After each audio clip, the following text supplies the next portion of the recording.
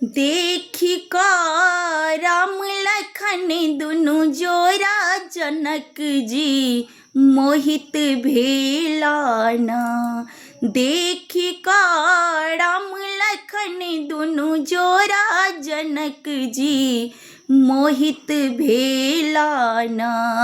देखी का राम लखन दुनु भैया जनक जी मोहित भेलाना।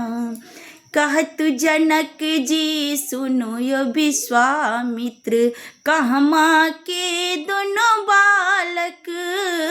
कहत जनक जी सुनो यो विश्वामित्र कहमा के दोनों बालक।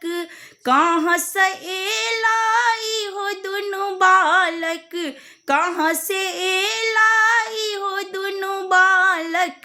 किछन पिता के नाम जनक जी मोहित भेलाना।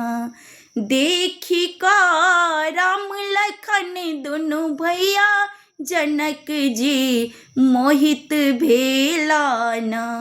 देखी का राम लखन दुनु भैया जनक जी मोहित भेलाना। कहला विश्वामित्र सुनु यो जनक जी अवधपुरक दोनों बालक। कहला विश्वामित्र सुनु यो जनक जी अवधपुरक दोनों बालक। एला अयोध्या सा दोनों बालक, एला अयोध्या सा दोनों बालक। दशरथ पिता के नाम जनक जी मोहित भेलाना। देखी का राम लखन दुनु भैया जनक जी मोहित भेलाना। देखी का राम लखन दुनु जोरा जनक जी मोहित भेलाना। कहला जनक जी सुनु यो विश्वामित्र बालक दोनों नदान। कहला जनक जी सुनु यो विश्वामित्र बालक दोनों नदान। कोना धनुष के तोरताई बालक, कोना धनुष के तोरताई बालक। कोमल राजकुमार जनक जी मोहित भेलाना। देखी के राम लखन दोनों भैया जनक जी मोहित भेलाना।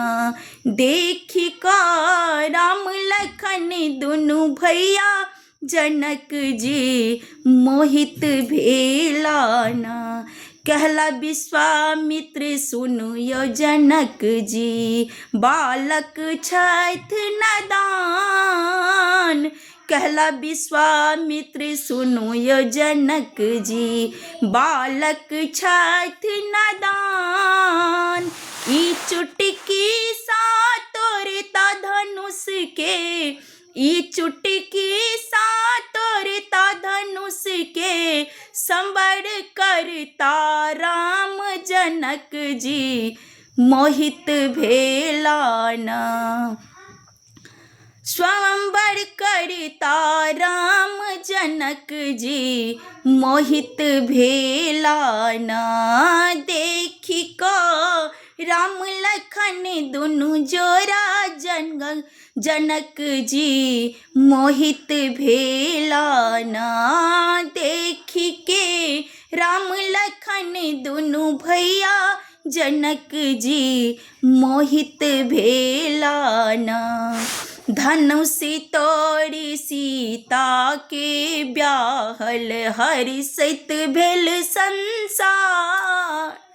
धनुष तोरी सीता के ब्याहल हर्षित भेल संसार।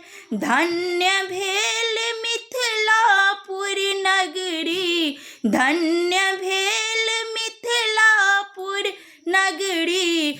पाबी का राम जमाई जनकपुर मोहित भेलाना। देखी का राम लखन दुनु भैया जनकपुर मोहित भेलाना।